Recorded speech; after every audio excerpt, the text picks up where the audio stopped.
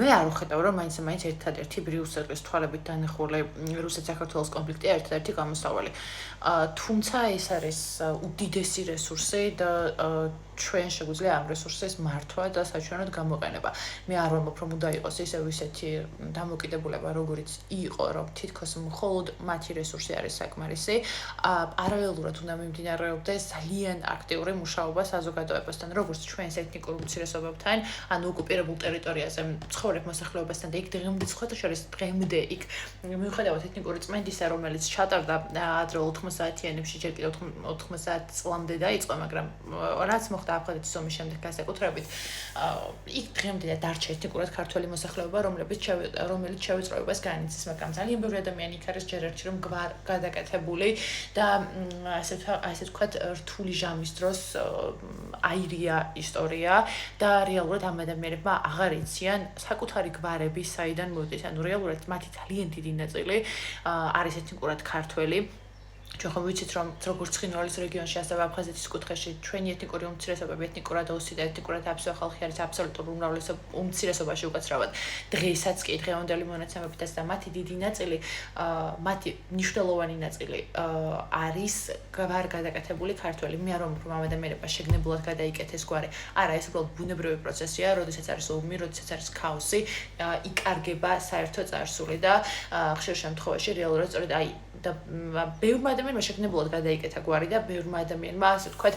შესაძლოა მე არც ამ ვარიანტს არ გამოვირიცხავ, ამ ფერხულს აუწყო ფეხი და რეალურად სეპარატისტების მხარეს დაინახა ძალა და ამას არავინ არ გამორიცხავს, რა საკურველია. მაგრამ როდესაც რომ მოვა ეს ადამიანების მე დარწმუნებული ვარ მოიგებიან გვარს და ბევრი აქტიური სეპარატისტი როგორც საქართველოს ისტორიას ახასიათებს ხოლმე ყველაზე ძლიერი მოწინააღმდეგე ზუსტად ეთნიკურად ქართველი იყო ისევ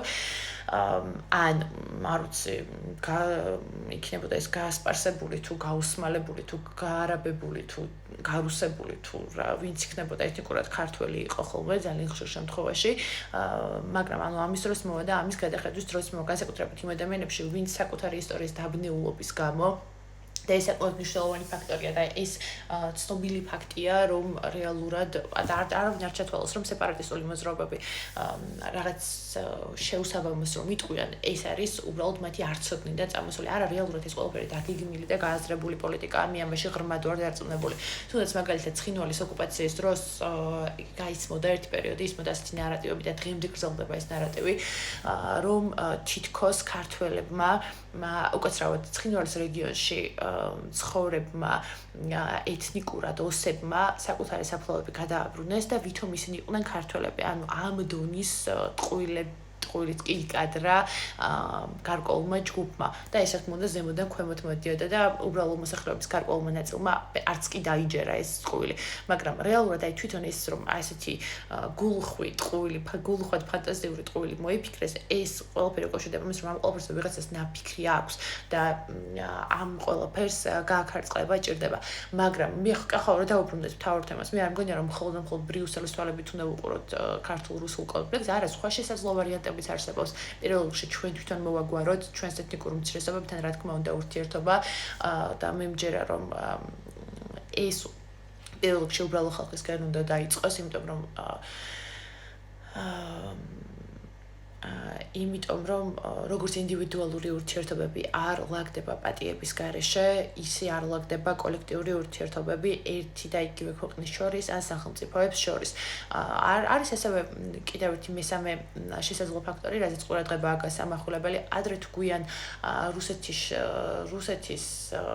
შიგნით შემავალი ავტონომიები, რომლებიც ჩვენ გვესაზღვრებიან, ეს ალბათ საკითხია ჩვენთვის მომგებიანი იქნება, წამგებიანი იქნება, აი ეს შედეგი რომ დაადგეს რომ რუსეთის ტერიტორიაზე მცხოვრები ოკუპირებული ან თუნდაც